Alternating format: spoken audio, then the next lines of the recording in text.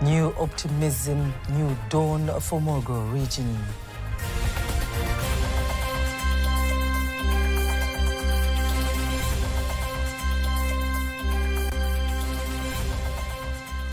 Revised National Business Policy 2023 officially launched.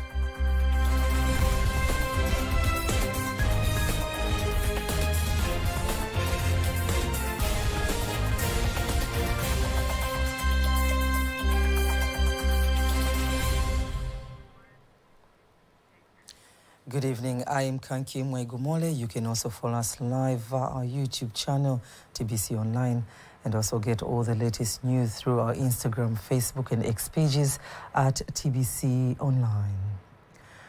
President Samia Suluhu Hassan is expected to visit Morogoro region for a 6-day working visit, which, among other things, aims at inspecting the progress of various development projects, among of which 14 of them will be launched. Speaking in Morogoro, the Morogoro Regional Commissioner Adam Malima says the visit will start on August the 2nd in Gairo District and end in August the 7th, 2024.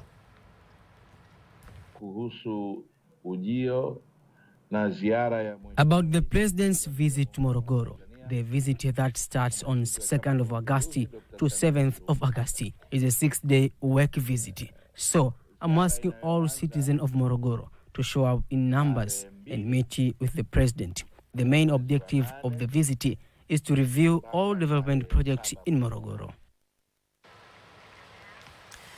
In related news, the investment on the electric-powered train through the standard gauge railway is expected to revive various economic activities in Morogoro region, and prominent national leaders and the residents of the region say the service will bring numerous economic and social benefits to the region. Here's a report by Remy Yacinti from Morogoro region, read by Faida Ngaga. It is the new dawn for the Morogoro region. This is the SGR Morogoro station that attracts many. The building that depicts the Morogoro mountain, and the locals who have had time to visit the station seem not to get enough of the view. The residents of Morogoro have been given a unique opportunity after our region became part of this great project. We thank President Samia for the great work she did. Many national leaders have come here.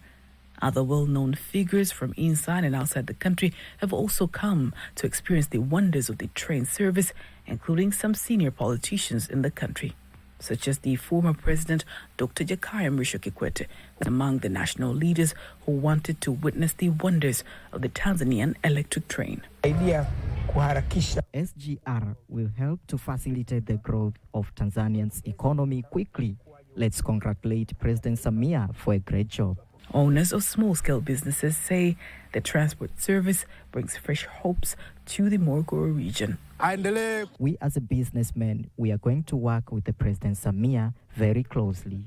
Owners of Boda Boda motorbikes are also delighted with the service, hoping the train will revive dormant economic activities. We enjoy our business because we get profits than before. This project gives us more income because we receive more passengers. But I appreciate her work. Some of the visitors from other countries also term this service as one of the major transport sector revolution in the country. It's very easy to get from one city to another city. So I think you should continue building the train stations and so on, because it's very comfortable and very easy for us to travel like that. The Deputy Prime Minister and Minister of Energy, Dr. Doto Biteko, says the contribution of the business sector to the national GDP is still small, stating that in 2023, the sector contributed an average of 8.3% compared to 8.2% in 2022. He made the remarks in Dar es Salaam while launching the revised National Business Policy 2023, which aims to strengthen further the business environment to enable the country position better as a competitive economy. Rehema Sebabile has more details.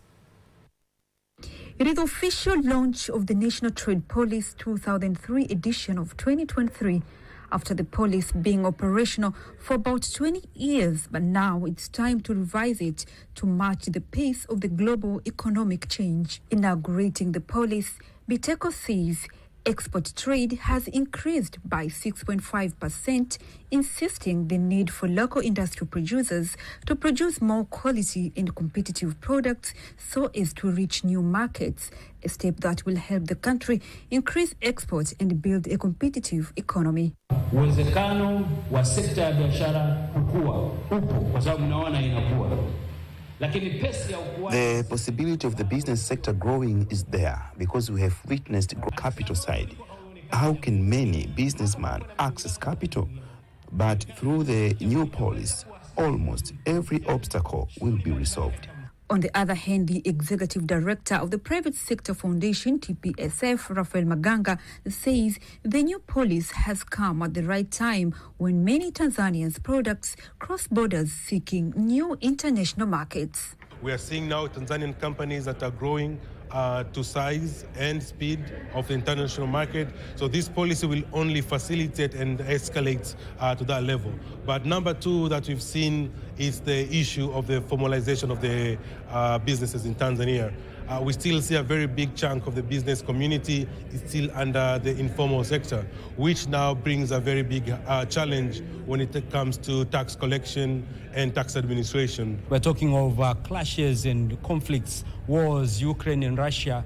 All these things change the pattern and how the trade is done. So the new trade policy is here now to actually make Tanzania respond to these new emerging issues in the way global trade is done. However, statistics show that for the year 2023, the business sector has increased on an average of 4.2% compared to 3.9% for the year 2022. And now it's time for the industrial producers to maximize on the new policy to promote business. Reporting from Dar es Salaam, Rehema Sababili, TBC News. Prime Minister Kassim Majaliwa says the government has improved the workforce in the health sector by increasing the number of institutions and opportunities for the higher education for the health sector cadre. Speaking during the opening of the second National Conference on Human Resource in the health sector earlier today, the Prime Minister insists that the current government is committed to ensure that higher education opportunities are available and every qualified student receives higher education loan.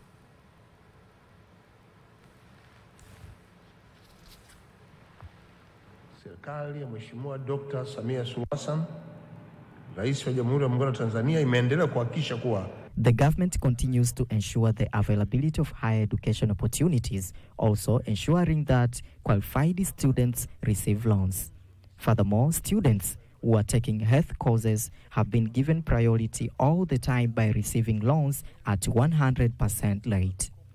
Not only that, but also human resource development has been at the forefront in the 6th phase government. Explaining further on the steps taken by the government, the Prime Minister says the government has improved the primary healthcare system at the district level and is now working to strengthen the services at the council level. All agree that both Tanzania mainland and island have invested heavily in the health sector. We have strengthened all the crucial areas in the sector, including dispensaries, and we shall continue to do so.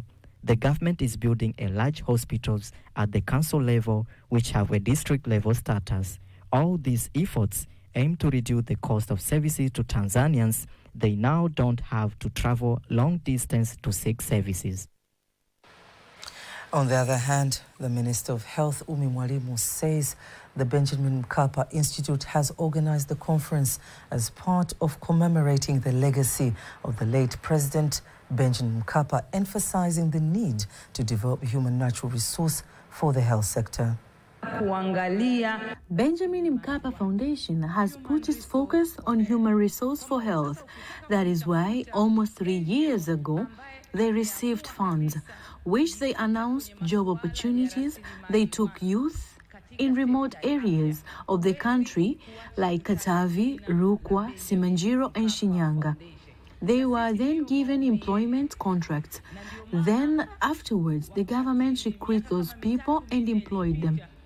And the Benjamin Mkapa Foundation recruited others. Meanwhile, the standard gauge railway SGR in Tanzania is a significant infrastructural project aimed at improving transportation and boosting economic growth. As the standard gauge railway SGR is about to be officially inaugurated on the 1st of August, where President Samia Suluhu Hassan is expected to grace the occasion, TBC News brings you the second episode of a series of an in-depth look at the project this week, so as to highlight the significance of this mega development project in the country. And today we shall get a brief history of the railway transport system from the colonial era, as prepared and read to you by Faidha Ngaga. The idea for a modern railway system in Tanzania dates back to the early 2000s as part of efforts to enhance the country's transportation network. At the time, the railway infrastructure primarily consisted of a meter gauge system, and there was a need to improve the infrastructure and the overall service. The Tanzanian government formally launched the SGR project in the mid-2010s as part of its broader vision for economic development. The SGR is designed to replace the old meter gauge railway and improve connections within the country and with neighboring nations.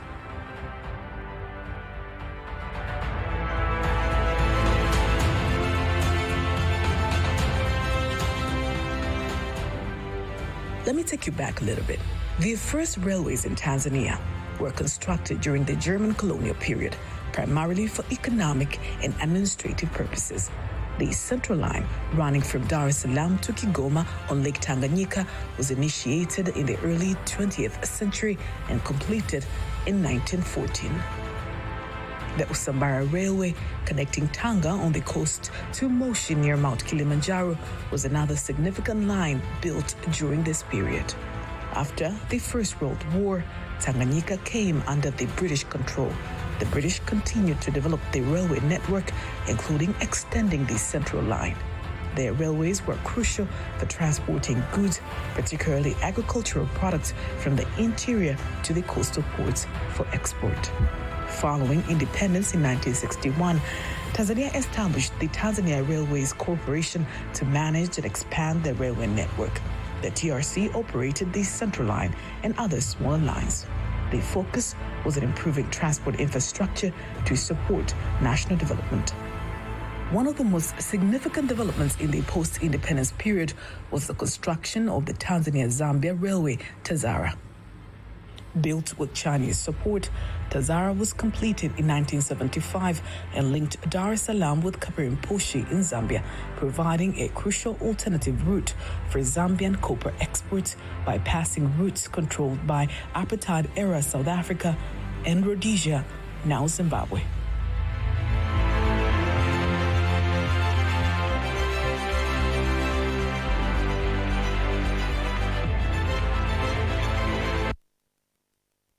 Thank you so much, Faidha Ngaga.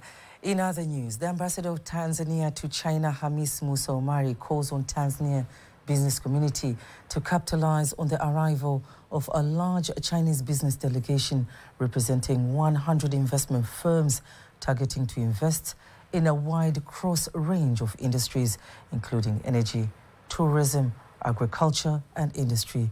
Speaking during the investment conference in Dar es Salaam, which is part of marking 60 years of diplomatic relations between the two nations, Ambassador Hamis insists that the prospective investors will technologically propel further local businesses.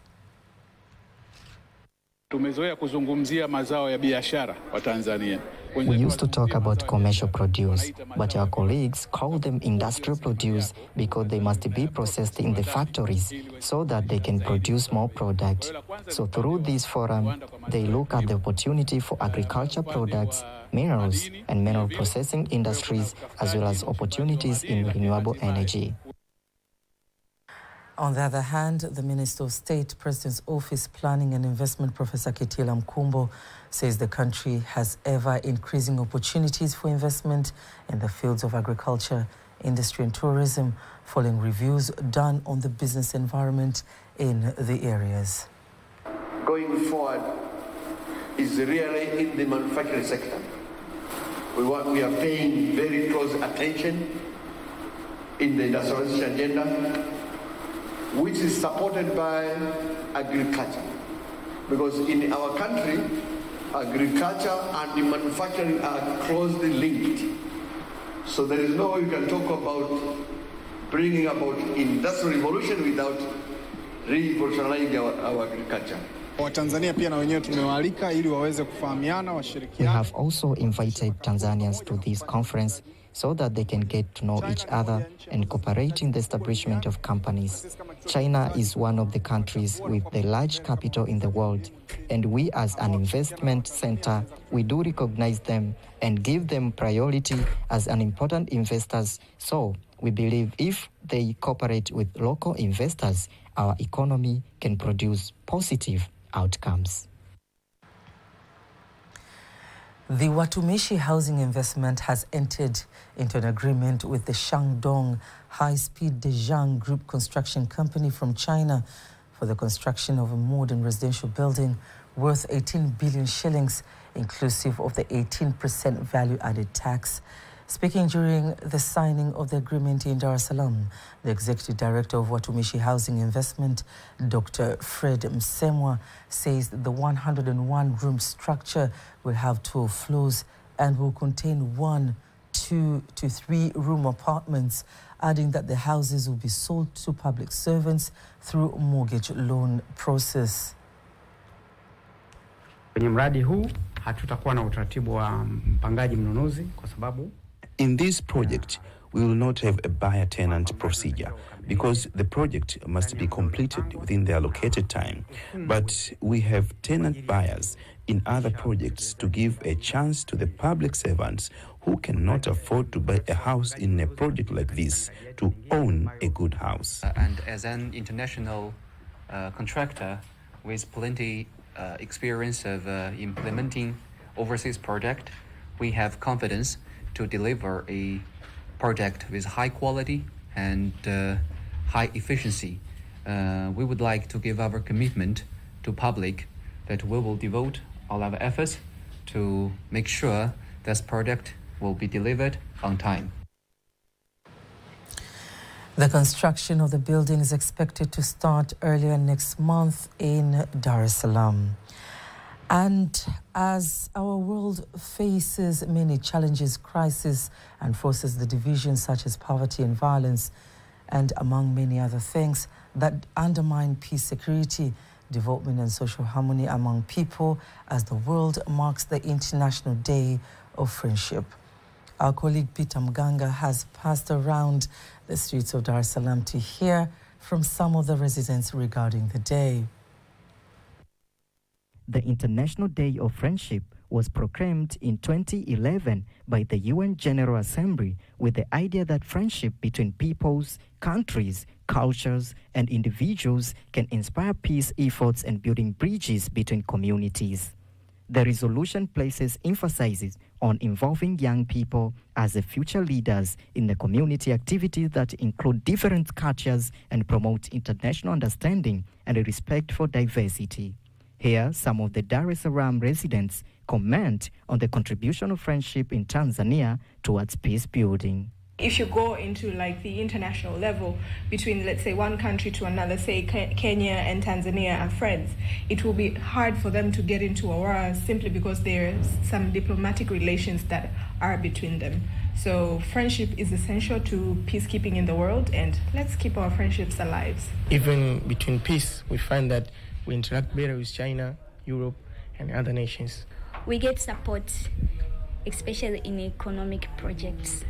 For example, construction of roads. The International Day of Friendship is an initiative that follows on the proposal made by UNESCO, defining the culture of peace as a set of values, attitudes, and behaviors that reject violence to prevent conflicts by addressing their root causes with a view to solving problems. Peter Mganga, TBC News, Dar es Salaam. Now, before we wind up our local news tonight, let us now take a look at today's exchange rates according to the Bank of Tanzania, BOT.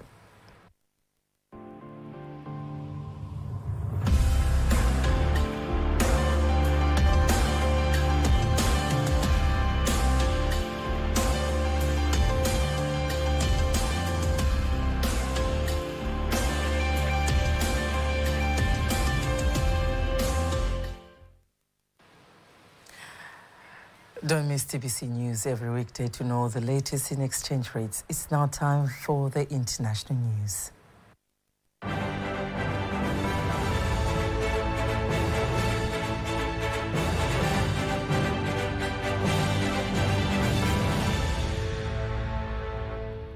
Here's the international news as compiled and read by Lulua Muhammad.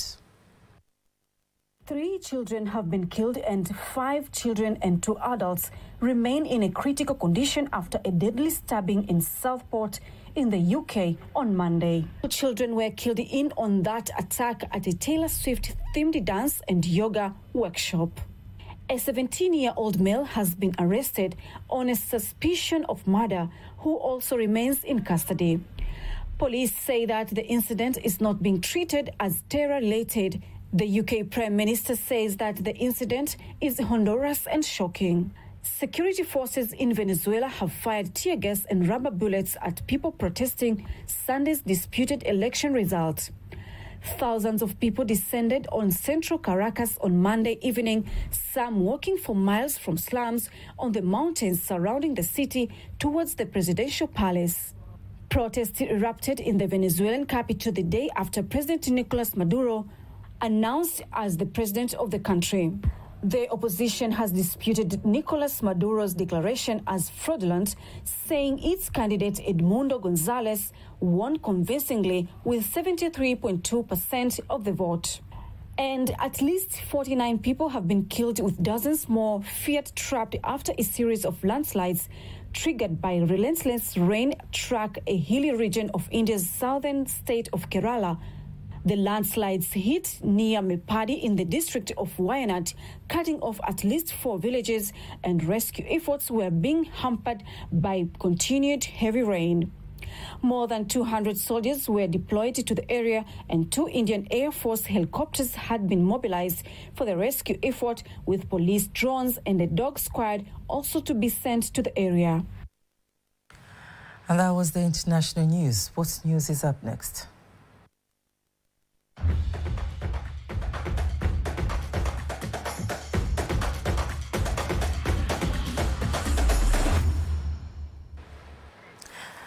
And in sports, Tanzanian swimmer Collins Saliboko has been eliminated in the first round of the swimming competition in the Olympics Games 2024 as he finished 7th out of the 8 swimmers in 100 meters freestyle in Paris.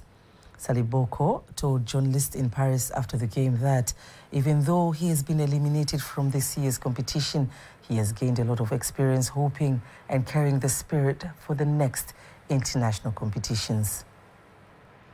The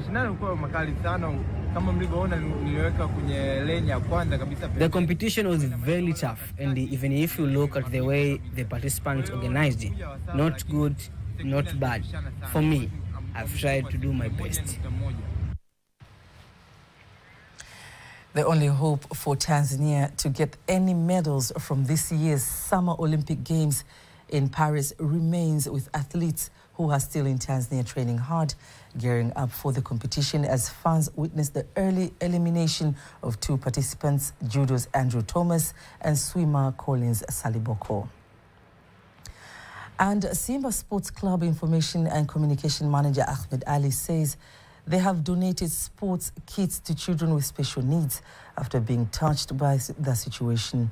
Manager Ali believes that the sports gear will help the children to fulfill their dreams, especially developing their talents as well as making them regain new hopes. Sisi kama Simba makao makuu tumefanya hivyo, lakini hatuwezi kutembelea Simba headquarter, but I ask Simba fans from other part of the country to help with this special group toward our Simba Day. Waende kutoa misaada katika maeneo mbalimbali ambapo kuna uhitaji. Simba Sports Club, in collaboration with Muhammad Dewji Foundation, have offered the sports facilities to children with special needs at Buguruni Primary School as they prepare for Simba Day that will take place at Benjamin Mkapa Stadium on Saturday. And that's all for the sports news. Weather forecast for the next 24 hours is up next. Hello dear viewers, and welcome for the next 24 weather forecast from the Meteorological Authority. My name is Rebecca William. Starting with windy patterns, wind is expected to flow at the speed of 20 km per hour for the Victoria and at the speed of 30 km per hour for Tanganyika, Lake Nyasa, as well as for the entire coast. And the state of the sea is expected to be moderate. And for tonight, we expect very dry condition and cool temperatures over most parts of the country, with lowest minimum temperature of 4 at Mbeya region, followed by Njobo with 7 degrees Celsius. And for tomorrow, we expect areas along Lake Victoria Basin, with the exception of Shinyanga, to feature with particular condition, thunderstorms over a few areas, and sun period. While for the rest part of the country, expect to feature with particular condition and sun period. Let us see the next 4 days forecast from different cities and regions. Dar es Salaam sun period is expected and minimum temperature is 19 degrees. Dodoma sun period is expected and minimum temperature 16 degrees. Mbeya sun period is expected and minimum temperature is 4 degrees. Mwanza sun period is expected and minimum temperature 16 degrees.